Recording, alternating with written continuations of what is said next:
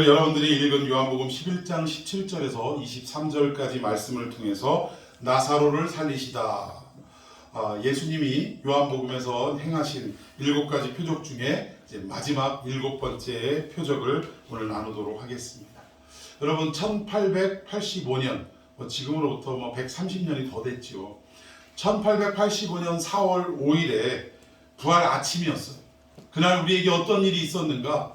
여러분 제물포항에 여러분 잘 아는 언더우드 선교사님과 그 일행 선교사님들이 제물포항에 도착해서 또 이제 처음으로 하나님 앞에 기도를 드리는데 공교롭게 그날이 무슨 날이었다고요? 부활의 아침이었다는 거예요.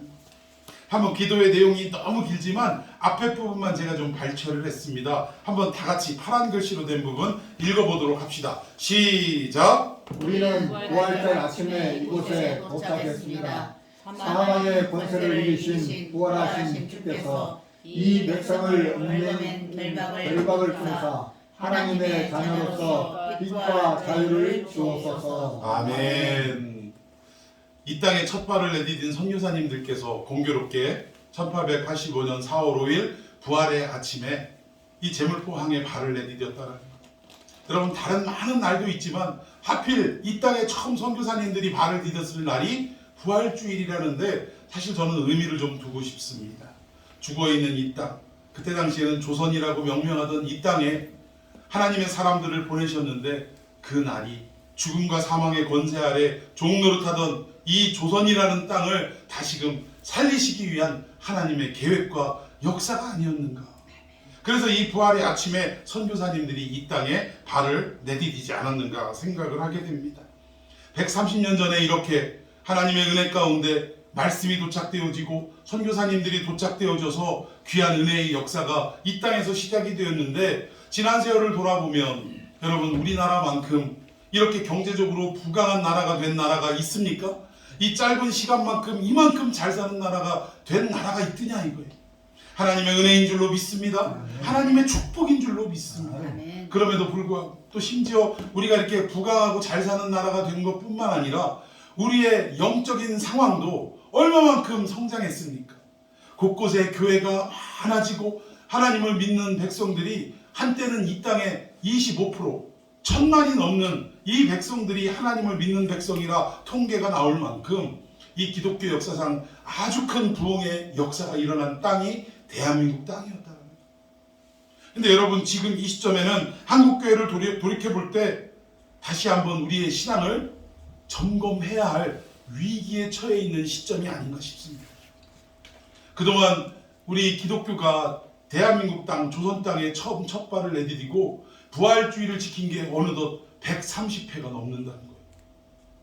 그럼에도 불구하고 우리의 기독교인들의 삶 속에 아니 이 땅의 모든 민족들 가운데 이 부활의 은혜와 이 부활에 대한 참된 메시지가 생생히 살아 넘치고 역사하는 성도들이 과연 얼마나 되느냐 이겁니다. 이것이 한국교회의 위기라 할 수 있는 상황이라는 거예요. 그래서 오늘 저는 지난주 종료주일부터 또 고난주간 특세 5시간과 그리고 오늘 이 마지막 부활주일에 7가지의 표적 하나님에 대한 말씀을 우리가 살펴보면서 한국교회의 위기라고 할 수 있는 이 시점에서 각자 우리의 신앙을 점검하고 되짚어보면서 다시금 하나님이 말씀하시는 부흥의 역사로 성장의 역사로 발걸음을 내딛는 이 출발점이 되기를 예수님의 이름으로 축원해 드리겠습니다. 오늘 본문에 나오는 주인공은 나사로라 이름하는 사람입니다. 여러분 사복음서에서 이 나사로에 대한 사건이 자주 언급되어 있는 게 여러분들 잘 아실 거예요. 근데 오늘 이 사건은 이 나사로가 인생 가운데 가장 큰 위기, 그 죽음이라는 이 위기를 봉착한 사건입니다. 과연 이 사건을 우리 예수님은 어떠한 메시지를 우리에게 던져주고자 이 요한복음에 기록하게 하셨을까? 오늘 본문은 좀 살펴보도록 하겠습니다. 나사로는 특별히 어떠한 호칭을 가지고 있냐? 예수께서 사랑하시는 자라라는 호칭을 가지고 있어요. 저는 바라옵기는 오늘 나사로가 예수님으로부터 친히 사랑하시는 자라 호칭을 받았던 것처럼 오늘 저와 여러분들도 예수님이 여러분을 볼 때마다 이는 내 사랑하는 자요 호칭할 수 있는 놀라운 은혜의 역사가 일어나기를 축원해 드리겠습니다. 자, 우리 1절 말씀 한번 봅시다. 시작! 어떤 병자가 있으니 이는 마리아와 그 자매 마르다의 베다니에 사는 나사로라. 예, 여기 보니까 그 나사로에 대해서 설명을 하고 있는데 여기는 삼남매가 지금 기록되어 있네요. 삼남매, 가장 오빠는 나사로, 그리고 여동생이 둘이 있는데 한 사람은 마르다, 한 사람은 마리아. 여러분, 이 세 사람은 정말 복음이 선포되는 곳마다 자주 등장하는 인물들이라는 거예요. 근데 오늘 이 삼남매를 예수님이 얼마나 사랑하셨는지 예루살렘에 들릴 때마다 꼭 이 가정에 방문하셨다는 것입니다. 저는 비록 우리 집이 넉넉하고 또 이렇게 호화롭지 못하고 어찌 보면 누추하고 좁은 집이지만 만약 예수님이 지금 이 시간에 실제로 우리와 함께 거하시는 육체적인 분으로 계신다면, 아니 우리 예수님이 이 도마동 땅에 오실 때마다 우리 집을 꼭 들리시고 방문하신다면 그 얼마나 영광이겠습니까? 요즘 이제 교회도요, 학교도 아이들을 이렇게 가정 방문하는 게 사라져 버렸죠. 예. 근데 교회도 어느 순간인가 신방을 하는 부분들이 없어지기 시작했어요. 신방이 존재하긴 존재하는데 어떤 식으로 신방을 하냐면 밖에 어디 근사한 그 식당에 예약을 해가지고 목사님과 신방대원들 거기서 식사 대접하고 간략하게 거기서 예배드리고, 예배라고 할 수도 없죠. 그냥 성경 한 구절 읽고 기도받고 뭐 이런 형태로 신방을 대체하는 이런 일들이 많아졌다는 거예요.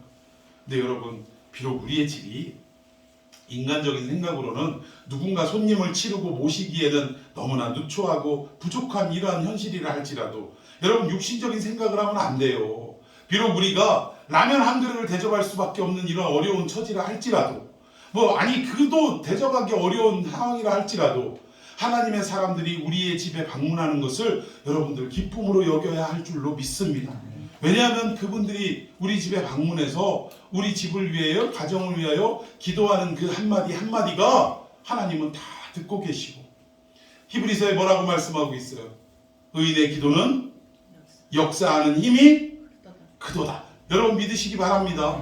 우리 집에 목사님을 위시해서 하나님의 사람들이, 우리 성도들이 와가지고 같은 자리에서 찬양을 드리고 말씀 나누고 또 기도하고 이런 모든 것들이 우리 가정에 쏟아 부어지는 축복의 실마리라는 사실이에요. 그걸 왜 거절하는지 저는 이해할 수가 없어요. 어쨌든 예수님도 베다니를 가실 때, 예루살렘을 가실 때 항상 이 남매들의 집에 방문을 했다라는 것입니다. 그런데 이 가정에 어떤 문제가 생기고 말았어요. 이 마리아는 2절입니다. 이 마리아는 향유를 주께 붓고 머리털로 주의 발을 닦던 자요. 여러분 이 사건 잘 아시죠? 여기 나오는 마리아라는 이 동생, 여동생은 어떤 일을 했던 여인인가 봤더니 세상에 예수님이 어느 집에 초청돼서 들어가셨는데 발 씻을 물도 손 씻을 물도 안 내놓으시고, 그리고 앉혀있는데 세상에 어떤 여인이 옥합을 가지고 와서, 여러분 그 옥합 속에는 뭐가 들었냐? 나드 향이 들어있었어요. 이 나드 향은 이 당시의 여성들에게 있어서는 혼수품 1호 품목입니다. 어느 정도의 값어치가 있냐면 보통 성인 남자 1년치의 일당이 들어있는, 연봉이 들어있는 값어치. 그러니까 우리 식으로 말하면 어느 정도 될까요? 하루에 한 10만 원씩 번다고 하면 360일 대충 잡고 3,600만 원어치의 향이 들어있는, 향수가 들어있는 그런 항아리였다. 세상에 3,600만 원짜리 요즘은 어디 가서 포도밭에서 포도 따면 20만 원씩 준다고요. 그러면 7,200 아닙니까? 그 어마어마한 가치가 들어있는 이 혼수품 1호를 예수님의 장례를 위하여, 그가 예수님께 인정받기 위해 뿌린 게 아니에요. 예수님이 곧 우리의 생명을 대신해서 우리를 살리기 위해 십자가에 지실, 죽음을 당하실 그분이라는 걸 깨닫고 이 여인은 옥합을 아낌없이 깨뜨렸다는 거예요. 예수님의 장례를 미리 준비하느라 깨뜨렸다는 거예요. 그런데 그 깨뜨리고 머리에 부었다고 어떤 성경에는 나오고 어떤 성경에는 발에다 부었다고 나오고, 여러분 뭐가 맞을까요? 돌발 퀴즈. 아니 세상에 어느 복음서에는 머리에 부었다, 어느 복음서에는 발에 부었다. 뭐가 맞아? 뭐가 맞을까요? 제가 항상 이런 복음서, 다른 책도 아니고 성경에서 질문하면 항상 둘 다 맞는 거예요. 둘 다 맞는 거. 상황을 어떻게 설명했느냐인데, 자, 어디에 초점을 뒀냐? 옥합을 깨뜨려서 머리에 붓는 거예요. 그런데 어떤 복음서의 기자는 머리에 붓는 장면을 소개를 한 것이고, 어떤 복음서의 기자는 머리에 부어서 이 항아리 하나를 깨뜨려 부었으니 어디까지 흘러내리겠어요? 발까지 흘러내리는 그 장면을 발에 부었다라고 표현했을 뿐이라는 거예요.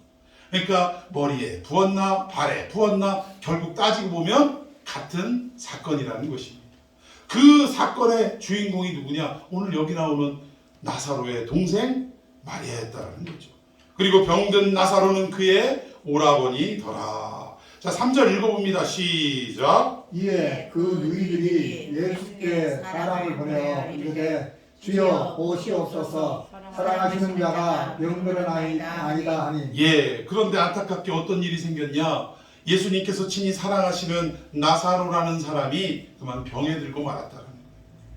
예수님은 얼만큼 이 가정의 남매들을 사랑하셨는지 당신도 사랑한다라고 표현했지만 이들도 스스로 예수님의 표현이 그러니까 예수님이 사랑하신다라고 말씀하신 그 나사로가 지금 병들었습니다. 이런 정도로 표현할 정도였다라는 거죠. 자, 그런데 이 소식을 들은 예수님이 참 이상한 반응을 보이시더라는 거죠. 우리 같으면 어떻게 하는 게 맞을까요? 내가 아끼고 사랑하는 누군가가 지금 병들었어요. 그러면 아무리 바쁜 일이 있더라도 다시금 발길을 돌려 그 사람에게 신방 가는 게 당연한 거 아닙니까? 예를 들자면 제가 어떤 출장으로 인해서 뭐 어디 가까운 뭐 아니면 뭐 저 광주나 대구나 이쪽 지역에 지금 뭐 이렇게 출장을 갔다고 생각해 봅시다. 그런데 출장 가 있는 사이에 우리 성도들이 그것도 아주 중직자가 병에 걸렸거나 아니면 급하게 입원해서 수술을 해야 된다거나 아니면 심지어 하나님의 부르심을 입었다라는 소식이 들려지면 그럼 제가 어떻게 하겠어요? 그 일 다 마치고 오겠습니까? 아니면 소식 듣자마자 그 출장 갔던 일들을 다 중단하고 교회로 달려오겠습니까? 당연히 교회로 달려오는 거 아니겠어요? 근데 예수님은 이상한 행보를 보이시다라는 것입니다. 자, 우리 4절에 예수께서 들으시고 이르시되 이 병은 죽을 병이 아니라 급한 거 아니다 이 얘기예요. 그러면서 말씀하시기를 하나님의 영광을 위함이요 하나님의 아들이 이로 말미암아 영광을 받게 하려 함이라 하시더라. 즉 예수님은 이 베드로의 병이 든 소식을 듣고 무언가 하나님의 영광과 당신의 영광을 드러내기 위한 어떠한 사건이다라는 것을 직감하셨다라는 거죠. 다 알고 계셨다라는 거죠.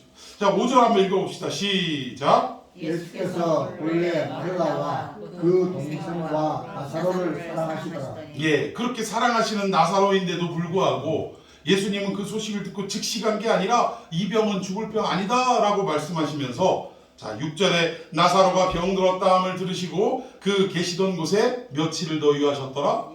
이틀을 더 유하셨대요. 제가 출장 갔는데 우리 중직자 아무개 집사님, 아무개 장로님이 편찮으셔서 지금 위독하셔서 병원에 입원했습니다 라는 소식을 듣고도 내 출장의 일정을 다 마치고 그리고 있었다라는 거죠.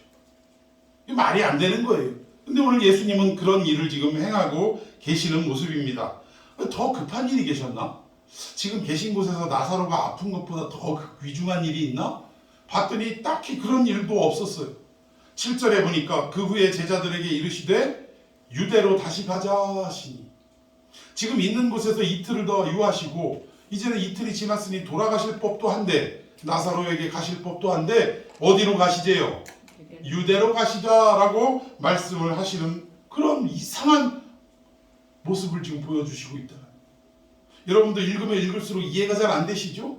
우리 예수님 도대체 왜 이런 일을 행하셨을까? 자, 우리 8절 한번 읽어봅시다. 그 유대 땅은 어떤 땅이었나? 시작. 제자들이 말하되 랍비여 방금도 유대인들이 돌로 치려 하였는데 또 그리로 가시려 하나이까. 예, 좀 전에도 유대 땅에 계셨는데 그 땅에서 예수님을 환영하거나 예수님을 막 영접하는 역사가 있었던 게 아니라 세상에 예수님을 향해 뭐 했던 곳이에요? 돌로 치려고 돌탕으로 때려 죽이려고 했던 곳이.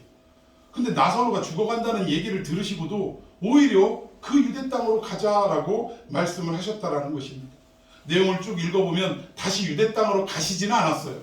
그러나 예수님은 이틀을 유하시고 난 뒤에 오히려 유대 땅으로 가자라고 제자들에게 말씀하셨다라는 것입니다. 근데 그 유대 땅은 아주 험악했던 곳이 예수님께 적대적인 곳이었다라는 것입니다. 자, 우리 계속해서 11절 이 말씀을 하신 후에 또 이르시되 우리 친구 나사로가 잠들었도다. 그러나 내가 깨우러 가노라. 이제 드디어 유다로 가시고자 했던 마음을 접으시고 나사로가 잠들었다 말씀하시면서 베다니로 발걸음을 옮기실 결정을 했다라는 거예요. 자, 우리 12절 한번 봅시다. 12절 시작. 제자들이 이르되 주여 잠들었으면 낫겠나이다 하더라. 예수님이 우리 친구 나사로가 잠들었다라고 말씀하니까 하여튼 제자들 영적으로 센스 없는 거는 알아줘야 돼요. 하는 얘기가 뭡니까? 주여 잠들었으면 낫겠나이다. 이 얘기는 아유 예수님 그 잠든 거였으면 아픈 게 아니라 잠든 거였으면 아이 들이다 깨우면 끝나는 거겠네요. 근데 여기서 예수님이 말씀하신 잠들었다는 의미는 물리적이고 육신적인 잠을 잔다는 얘기가 아니라는 거예요. 한번 그 다음 얘기도 한번 다음 말씀도 봅시다. 13절 14절까지 시작. 예수는 그의 죽음을 가리켜 말씀하신 것이나 그들은 잠들어 쉬는 것을 가리켜 말씀하신 줄 생각하는지라. 이에 예수께서 밝히 이르시되 나사로가 죽었느니라. 보니까 예수님은 이틀을 더 유하시고 또 시간을 자꾸 지체하신 이유가 이것 때문이었던 것 같아요. 나사로가 병들었다는 소식을 들었으나 지금 나사로가 어떻게 되기까지를 기다리신 것 같아요? 죽기까지를 기다리신 것 같아요. 인간적인 마음으로는 아니 지금 병들어서 꼴딱꼴딱 숨 넘어가고 있는데 빨리 달려갔어야 맞는 것 같은데 예수님은 오히려 그 급한 나사로 그 위중한 가운데 찾아가시는 것이 아니라 오히려 그 나사로가 어떻게 되기까지 죽기까지 기다리고 있었다는 거죠.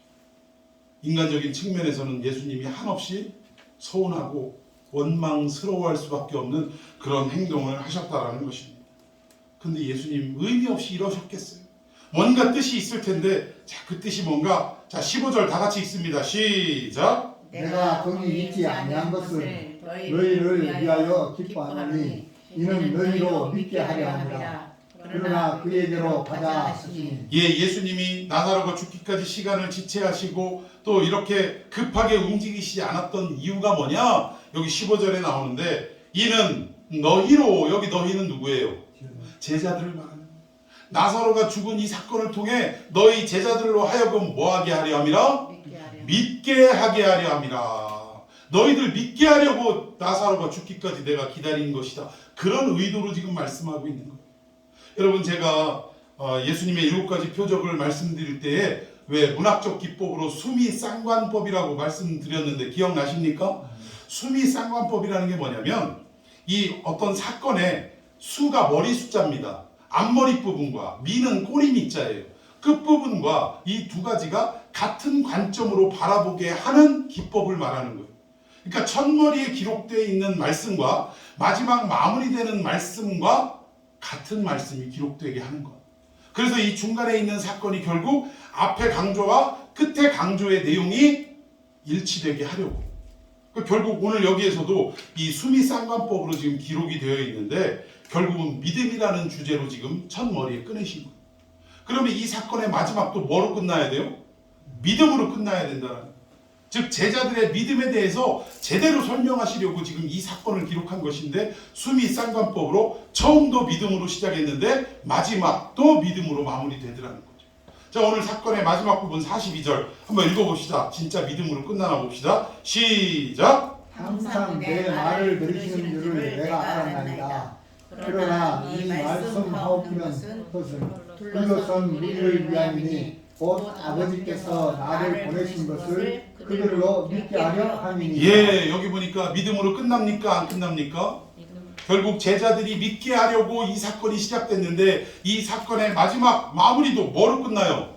제자들이 믿게 하려고 하는 사건으로 끝이 나더라는 거예요. 그러니까 예수님은 지금 이 모든 스토리를 통해서 뭐를 강조하고자 하는 거죠? 믿음이라는 부분을 강조하려고 한다는 거예요. 나사로가 죽은 이 사건을 통해 제자들의 믿음에 대해서 지금 뭔가를 말씀하시고자 하는 거예요. 제자들뿐만 아니라 나사로의 가족들, 3남매들, 또 주변에 모여있는 많은 인파들, 이들에게 믿음이 무엇이냐, 내가 말하고자 하는 믿음의 정체가 무엇이냐, 이걸 지금 드러내고 싶은 것이 예수님의 의도라는 것입니다. 그리고 첫 번째, 이 믿음이 뭔가 문제가 있다는 것을 지금 예수님은 지적을 하신 거예요. 자, 그 내용이 뭐냐? 자, 17절. 예수께서 와서 보시니 지금 이제 베다니로 오신 거예요. 이틀이나 더 지나서 죽은 것을 아시고 찾아오신 거예요. 나사로가 무덤에 있은 지 이미 며칠이라? 나흘이라. 이미 죽어서 무덤 안에 넣고 나흘이 지나 4일이 지났어요. 그럼 유대 땅의 기후를 우리가 설명하자면 시신이 온전하겠어요? 부패가 시작됐겠어요? 부패가 시작돼서 썩은 냄새가 나는 겁니다. 이런 지경에 처해 있는 거예요. 그리고 18절에 베다니는, 그러니까 즉 이 삼남매가 살고 있는 이 지역은 예루살렘에서 가깝기가 한 오리쯤 됐다. 심리가 4km니까 오리면 2km에 2km. 걸어서 얼마든지 금방 갈 수 있는 거리입니다. 19절에 많은 유대인이 마르다와 마리아에게 그 오라비의 일로, 그러니까 오라비 나사로가 죽은 일로 위문하러 왔다. 그러니까 장례에 참석하러 온 거예요. 자, 조문을 하러 온 거죠. 자, 20절 다 같이 읽어봅시다. 시작. 마르다는 예수께서 오신다는 말을 듣고 곧 나가 맞이하되 마리아는 집에 앉았더라. 예, 여기 보니까 두 자매가 장례를 치르는 도중에 예수님이 자기 집에 도착하셨다라는 이야기를 듣고 언니 마르다는 장례를 치르다 말고 예수님을 영접하기 위해 바깥으로 나갔다라는 거예요. 그런데 그 동생 마리아는 어디에 있더라? 집에 앉아 있더라. 자, 이건 뭐냐면 둘 다 서운하긴 서운할 거예요. 예수님이 즉시 오셨으면 좋았을 뻔했는데. 근데 언니 마르다는 그래도 늦게라도 오신 예수님을 영접하기 위해 밖으로 나간 이런 모습을 보이고 있다는 거죠. 근데 오늘 이 마리아는 집에 앉아 있더라. 이게 무슨 말이냐면 뭐 문상객들 맞이하느라고 못 나갔다 그 얘기가 아니라 지금 마리아는 둘 다 똑같이 서운한데 그 서운함의 크기가 누가 더 큰 거예요? 마리아가 더 큰 거예요. 그러니까 요즘 애들 말로 흥칫 뿡 하고 인제 와? 아유 정말 서운해. 나 몰라? 이러면서 그냥 그 자리에 앉아 있었다 그 말입니다. 자, 그런데 밖으로 영접하러 나간 이 마르다와 예수님과의 재미있는 대화가 지금 이제 오고 가기 시작합니다. 21절 마르다가 예수께 여짜오되 주께서 여기 계셨더라면 내 오라버니가 죽지 아니하였겠나이다. 여러분 믿음이 있어 보여요? 없어 보여요? 얼핏 보면 믿음이 있어 보입니다. 왜? 만약 예수님이 이 자리에 있다면 죽어가는 내 오빠가 죽지 않았을 것입니다. 나음을 입었을 것입니다. 아, 믿음이 있어 보여요? 없어 보여요? 믿음이 있어 보이죠. 예, 있어 보여요. 그런데 예수님은 오히려 이러한 마르다의 고백에 대해서 심통치 않게 생각하십니다. 오히려 그 믿음이 부족하고 연약하다라고 생각하고 계신다라는 거예요. 여러분 오늘 나오는 이 마르다, 이 신앙의 고백은 누구의 고백이냐? 이 시대를 살아가고 있는 저와 여러분들의 고백이 아닌가 싶어요. 계속해서 한번 읽어볼까요? 주님이 여기 계셨으면 내 오빠가 죽지도 않았을 것이고. 자, 22절 시작. 그러나 나는 이제라도 주께서 무엇이든지 하나님께 구하시는 것을 하나님이 주실 줄 아나이다. 예. 그러면서 하는 말이 지금이라도 예수님께서 무언가를 하나님께 기도하면 하나님이 다 들어주실 줄로 저는 믿습니다. 아, 상당히 좀 진일보된 믿음의 모습인 것 같습니다. 그런데 그 다음 절에 보니까 예수님이 그 고백을 딱 들으시고 예수께서 이르시되 내 오라비가 다시 살아나리라. 그래서 아멘이 나와야 되는 거예요. 아니 죽어서 나흘이 됐는데도 불구하고 지금 예수님이 오셔서 하시는 말씀이 그래 내가 기도하면 하나님이 다 들어주실 걸 네가 믿는다고? 그래 그러면 네 오라비가 다시 살아날 것이다 라고 딱 선언을 했어요.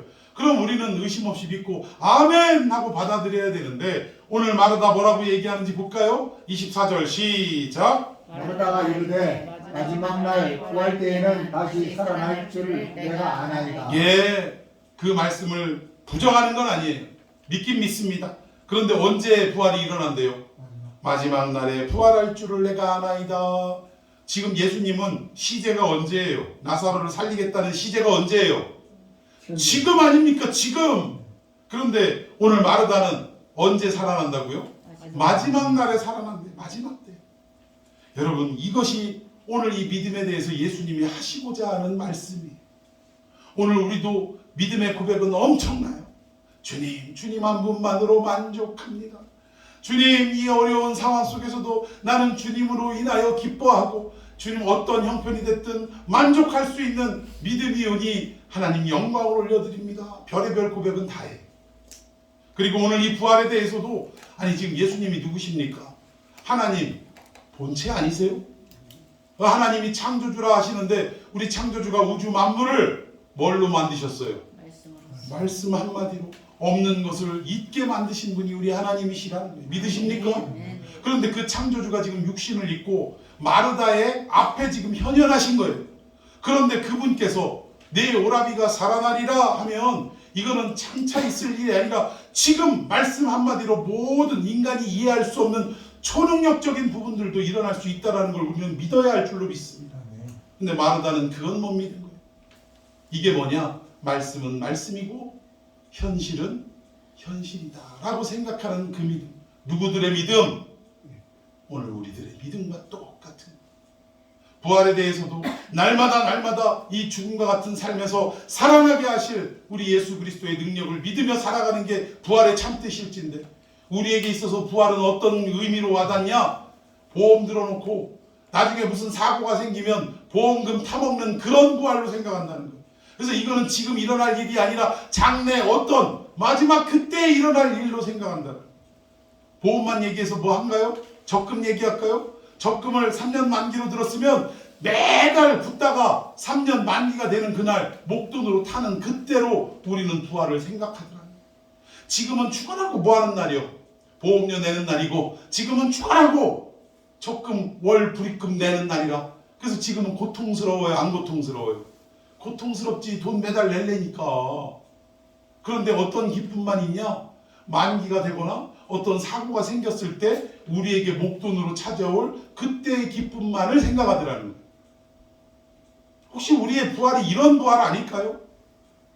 우리의 삶은 지금 죽을 지경인데 이 죽을 지경인 삶에서 하나님께서 우리 예수께서 다시금 살아나게 우리를 도와주시고 우리와 함께 하신다라는 분명한 사실이 우리 곁에 있는데 우리는 여전히 힘들고 어려우면 그때의 그 언약은 잊어버리고 누구나 도와줄 사람 없나 여기저기 찾아 헤매이고 온갖 세상의 시름은 다 내 어깨에 짊어진 양 인상 팍 쓰고 한숨 푹푹 내쉬고 이러고 사는 인생 아니냐 이거예요.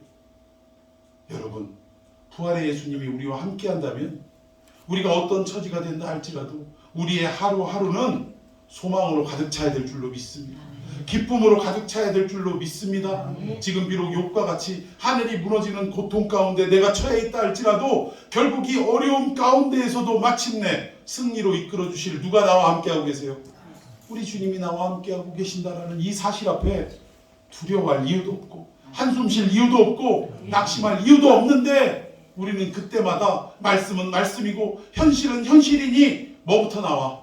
한숨부터 그냥 하늘이 꺼져라고 아휴 이거 어떡하나 뭘 어떻게 주님이 옆에 계시는데 여러분 부활의 능력이 어떤 건지 조금씩 이제 눈치가 채져 가십니까? 먼 미래에 장차 우리 주님이 재림하는 그날 우리의 영과 혼과 육도 부활할 것은 여러분 맞습니다. 여러분 믿으십니까? 그러나 이 부활의 의미만 우리에게 있는 게 아니에요. 우리의 삶의 부활도 매일같이 이 어려움과 고난의 삶 속에서 일어나는 역사가 일어나야 한다라는 것입니다. 여러분 이 편협된 신앙 이 부분을 놓고 우리 주님은 지금 우리들에게 지금 질책을 하고 계시는 거예요. 자 마르다만 이런 모습일까요? 자, 우리 예수님이 마르다의 이야기를 듣고 이런 선언을 하십니다. 예수께서 이르시되 나는 부활이요 생명이니 나를 믿는 자는 죽어도 살겠고 이게 마지막 때의 부활을 말하는 거예요. 죽었지만 언젠가 내가 다시 오는 그날에 살아날 것이다.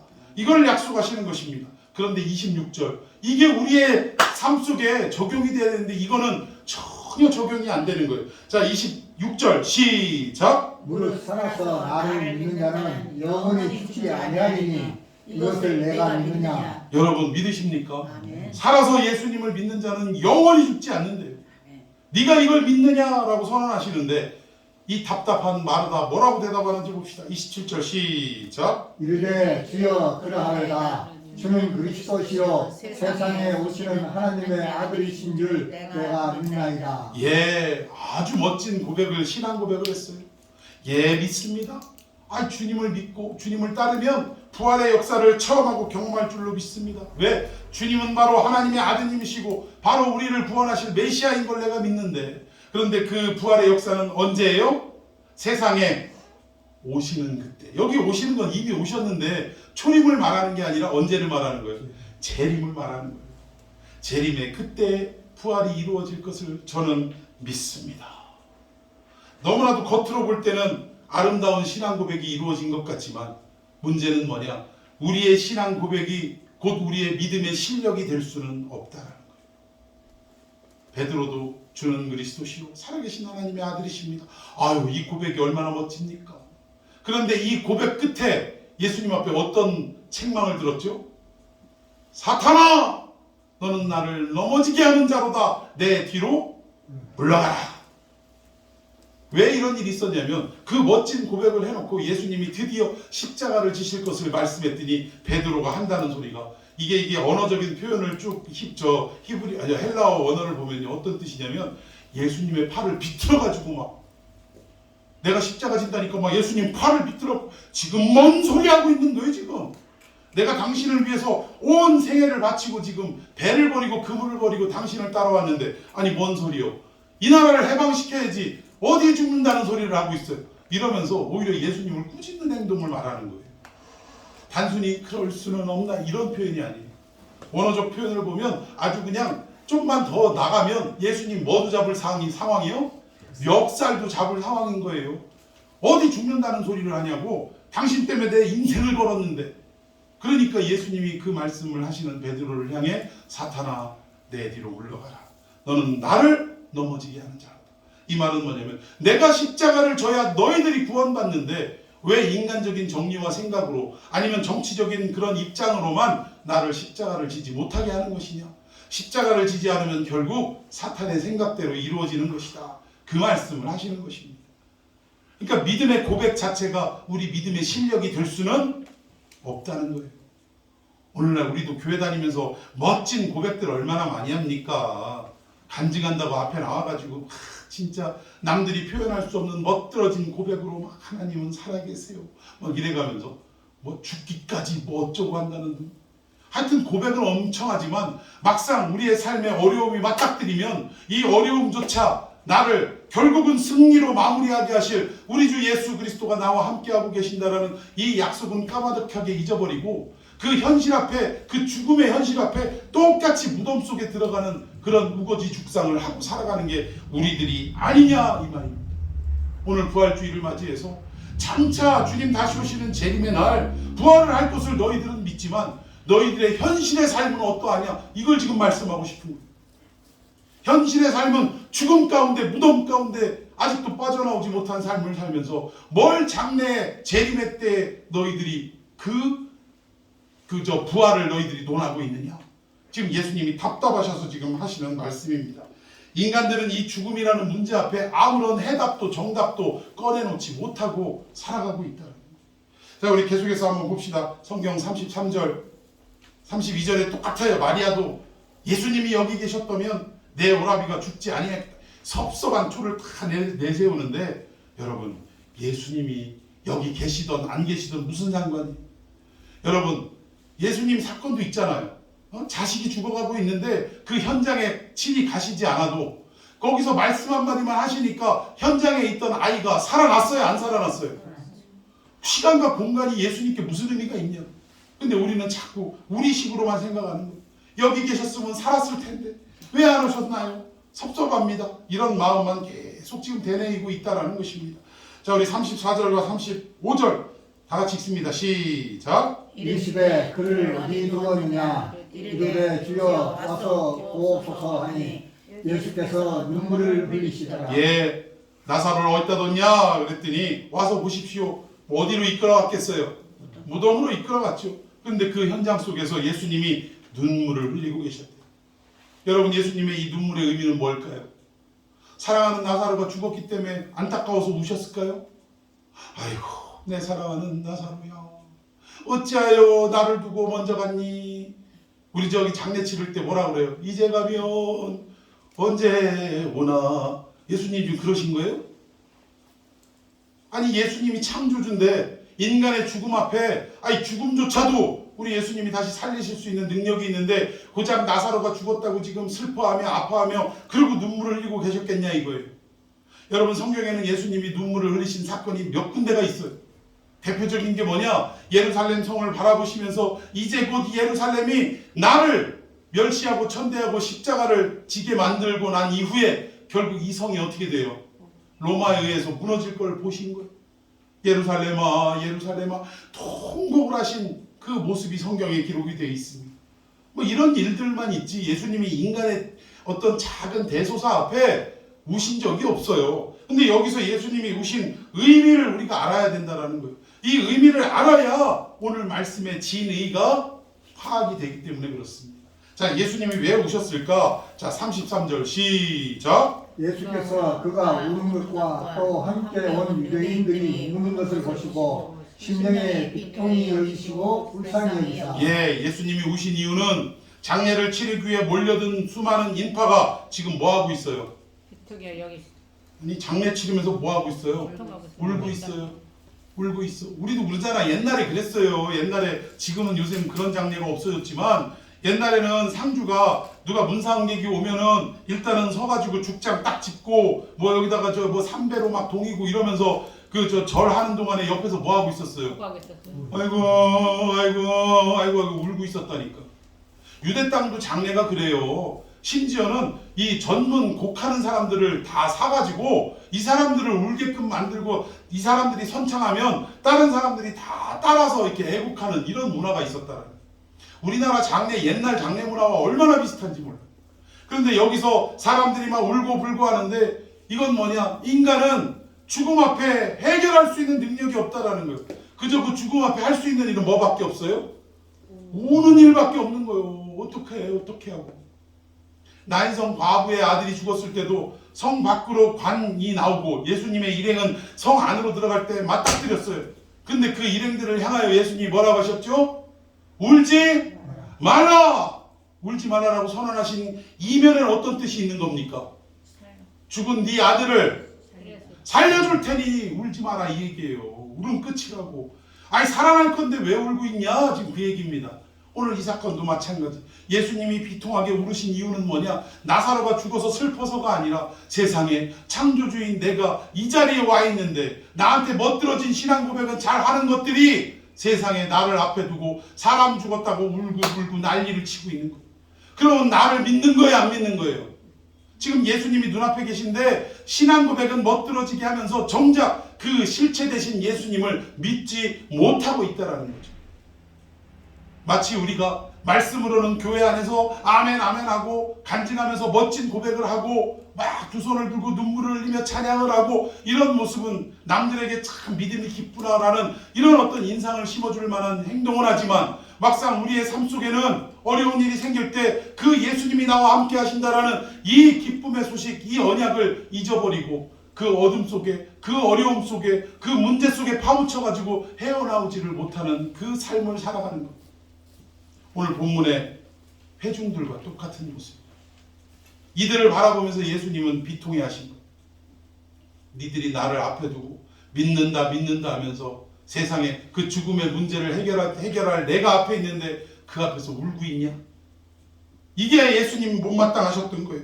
죽음이라는 위력 앞에 아무런 답도 내놓지 못하는 이 인간이 결국 예수님을 붙잡을 때 죽음의 문제가 해결될 텐데 그러지는 않고 그냥 그저 통곡만 하고 있다라는 것입니다. 여러분, 이 믿음 없는 행동을 보시고 예수님은 울고 계시는 거예요. 사랑하는 나사로가 죽었을 때 오히려 예수님이 늦게나마 무덤에 있지만 당도하셨을 때 예수님이 오셨으니 이제 무언가 역사가 일어날 것이다라는 기대감과 소망을 가져야 되는데 다른 사람들과 함께 울고 있는 현장의 모든 인파들을 보고 예수님은 기가 막히셨다는 거예요. 여러분, 여기 예수님이 사랑하시는 자 나사로, 사랑하시는 자 마리아, 마르다는 결국 오늘날 누구를 말합니까? 당신의 핏값 주고 사신 이 교회를 말하는 것이고 이 교회의 구성원인 성도들을 향해 성도들을 가리키는 거예요. 우리 예수님은 우리를 사랑하시는 줄로 믿습니다. 그런데 사랑하시는 우리들이 죽음 앞에 아무런 힘도 능력도 발휘하지 못하고 그냥 울고 있는 거예요. 세상하고 똑같이. 예수님은 이 우리들의 모습을 보고 비통히 여기시며 울고 있는 것입니다. 얘들아, 너희들이 어찌하여 살아있는 믿음이 없느냐? 부활의 믿음이 없느냐? 가슴을 치시는 거예요. 가슴. 부활주의를 맞이하여 이 예수님의 메시지를 우리가 반드시 캐치해내야 될 줄로 믿습니다. 자, 우리 계속해서 38절에 이에 예수께서 다시 속으로 비통히 여기시며 울고 있는 이 사람들을 바라보며 속상하신 거예요. 무덤에 가시니 무덤이 굴이라 돌로 막았거늘. 39절 시작. 예수께서 이르시되 돌을 옮겨 놓으라 하시니 그 죽은 자의 부이 마르다가 이르되 주여 죽은지가 나흘이 되었으며 벌써 냄새가 나나이다. 예, 하는 짓 보세요. 지금 예수님이 무덤 돌을 굴려라, 이 얘기는 뭔가 죽은 나사로에게 살아나게끔 하시려고 지금 이 일을 시키신 거 아닙니까? 그런데 이 명령을 들은 이 마르다가 한다는 소리가 뭐 하시려고 쓸데없는 짓 하고 계세요. 죽어서 나흘이나 됐는데. 그러니까 이 말 속에는 예수님이 오셔서 무슨 일을 한다 할지라도 살아날 일은 없다는 이 불신의 마음이 전제되어 있는 그러한 선언이라는 것입니다. 고백이라는 거예요. 예수님 눈물을 흘릴만 해요, 안 해요? 믿는다고 하는 여러분들이 삶의 문제 앞에 스스로가 해결할 수 없는 문제 앞에 그냥 어떡하나 예수님은 기억하지도 못하고 그러고 있는 현실을 볼 때 우리 예수님은 여러분들을 보고 되려 뭐하고 있어요? 눈물을 흘리시는 거예요. 네 신앙 고백의 주체가 난데 내가 너와 함께 하는데 너 왜 울고만 있냐. 오히려 예수님이 우시는 거예요. 예수님. 자, 우리 계속 봅시다. 40절에 예수께서 이르시되 내 말이 네가 믿으면 하나님의 영광을 보리라 하지 아니하였느냐 하시니. 여러분, 세상은 항상 뭐라고 한다고요? 보여줘라, 그러면 내가 믿으를 안다. 그런데 하나님은 뭐라고 말씀하세요? 믿으면 하나님의 영광을 보리라. 이 원리가 우리의 삶에 적용이 돼야 됩니다. 그리고 41절에 돌을 옮겨놓으니 예수께서 눈을 들어 우러러보시고 이르시되 아버지여 내 말을 들으신 것을 감사하나이다. 여러분, 우리의 기도의 힌트가 여기 있어요. 예수님은 지금 나사로가 살아났어요? 안 살아났어요?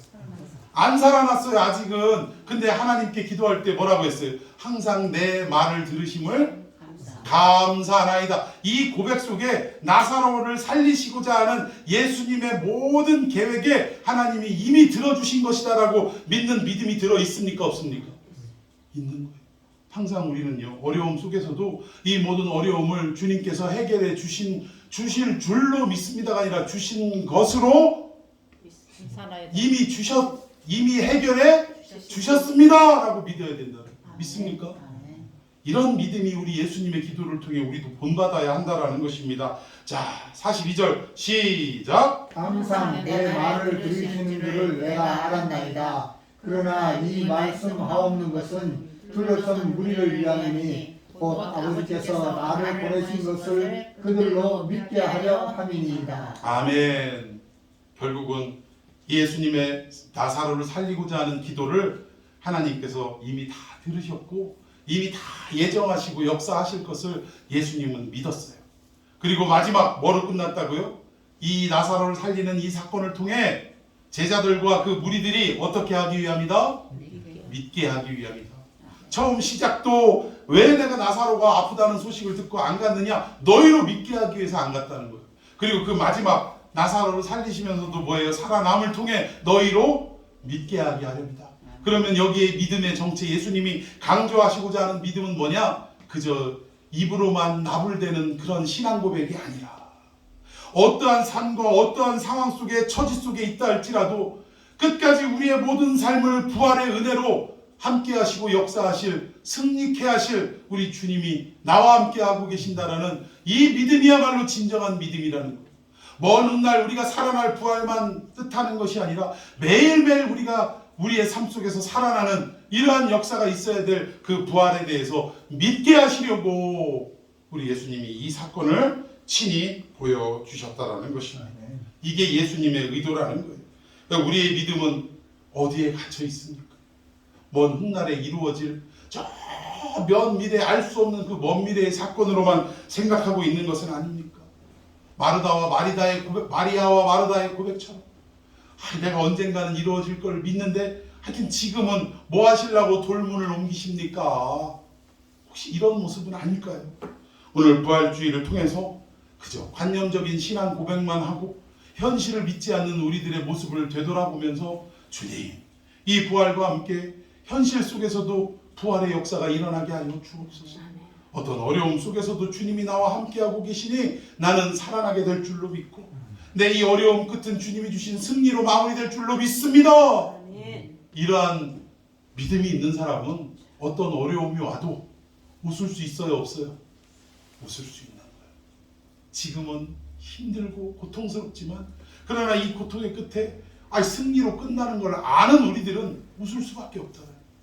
이러한 역사가 근본 부활주의를 통하여 생명으로 살아나는 기적이 여러분에게 임하길 예수님의 이름으로 축원해 드리겠습니다. 아멘. 자, 우리 시간이 갔지만 이 찬양합시다. 전능하신 나의 주 하나님, 능치 못할 일이 없을 줄로 믿습니다. 그리고 그 주님의 명령 따라 우리가 깊은 곳에 금을 던지고 주님의 뜻하신 바대로 살아가는 인생 되기를 원한다고 우리 함께 고백하십시다.